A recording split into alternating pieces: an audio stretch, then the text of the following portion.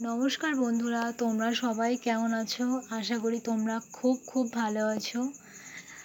আমি জানি তোমরা আমাকে খুব মিস করেছো। আমিও তোমাদেরকে অনেক মিস করেছি। তো কিছু ব্যস্ততার কারণে আমি নতুন ভিডিও আপলোড করতে পারিনি, তার জন্য তোমাদের কাছে অনেক সরি। তো আজকে আবার নতুন রেসিপির ভিডিও নিয়ে চলে এলাম তোমাদের কাছে। আজকের রেসিপির মধ্যে রয়েছে বাঙালি একটা সেরা আর প্রিয় রেসিপি, মাছের ঝোল আর ভাত। তো মাছের ঝোল আর ভাত কাদের পছন্দ অবশ্যই কমেন্টে জানিও, আর ভিডিওটা অবশ্যই শেষ পর্যন্ত দেখতে থেকো। তো শুরু করা যাক। এখানে দেখতে পাচ্ছ আমি কড়াতে তেলটা আগে থেকে গরম করতে বসিয়ে দিয়েছিলাম। তো তারপর আমি আস্তে তেজপাতা, পাঁচফোড়ন আর লঙ্কা চেরাটা দিয়ে দিলাম। এবার লঙ্কা চেরাটা দেখতে পাচ্ছ আস্তে লাল হয়ে গেছে। এরপর আগে থেকে কেটে রাখা সবজিগুলো আমি আস্তে দিয়ে দেব। তোমরা আমার ভিডিও কোথা থেকে দেখছো অবশ্যই কমেন্টে জানিও। এবার এটা হালকা করে নাড়াচাড়া করে নেব। এখানে দেখতে পাচ্ছ হলুদ গুঁড়োটা দিয়ে দিলাম আর নুনটা দিয়ে দিলাম। তো কিছুক্ষণের জন্য আমি ঢাকা দিয়ে দেব। আবার কিছুক্ষণ পর ঢাকাটা খুলে নিলাম। এবার হালকা করে নাড়াচাড়া করে নিলাম। মাছের ঝোলটা একদম সিম্পলভাবে বানাবো, মৌরি বাটা দিয়ে।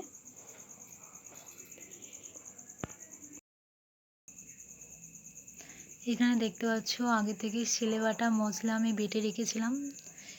তোমাদের কাদের বাড়িতে এখনও শিলে বাটা মশলার তরকারি হয় অবশ্যই কমেন্টে জানিও, কারণ শিলে বাটা মশলার তরকারি খাবার টেস্টটাই আলাদা হয়। এখানে দেখতে পাচ্ছ মশলাটা আমি হালকা করে নাড়িয়ে নেব সবজির সাথে।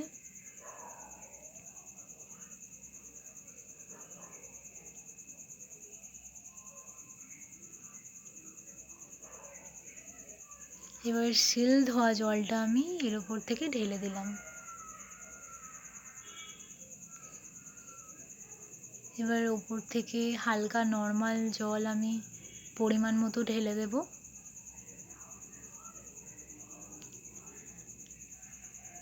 হালকা করে নাড়িয়ে নেব।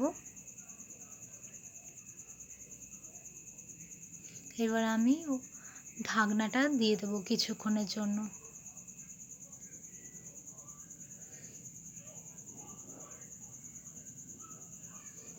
দেখো এখানে তরকারিটা অর্ধেক ফুটে গেছে। তো তারপর আমি আগে থেকে ভেজে রাখা মাছের পিসগুলো উপর থেকে এক করে দিয়ে দিচ্ছি।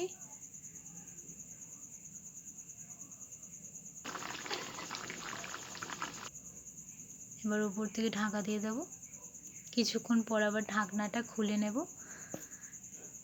দেখো বন্ধুরা তরকারিটা ফুটে গেছে।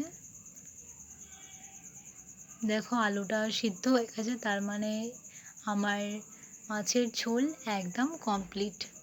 এবার আমি গ্যাসটা বন্ধ করে এটা নামিয়ে নেব। আমার ভিডিওগুলো যদি তোমাদের খুব ভালো লাগে তাহলে অবশ্যই একটা লাইক করে দিও, চাইলে শেয়ারও করে দিতে পারো বন্ধুদের সাথে। একটু সাপোর্ট করো, আর হ্যাঁ আমার চ্যানেলটিকে অবশ্যই সাবস্ক্রাইব করে দিও। এখানে দেখতে পাচ্ছ আমি আগে থেকে উনানে ভাত বসিয়ে দিয়েছিলাম। দেখো ভাতটা ফুটে গেছে, এবার নামিয়ে নেব। তোমাদের কাদের বাড়িতে এখনও উনানে রান্না হয় অবশ্যই কমেন্টে জানিও। রাধে রাধে।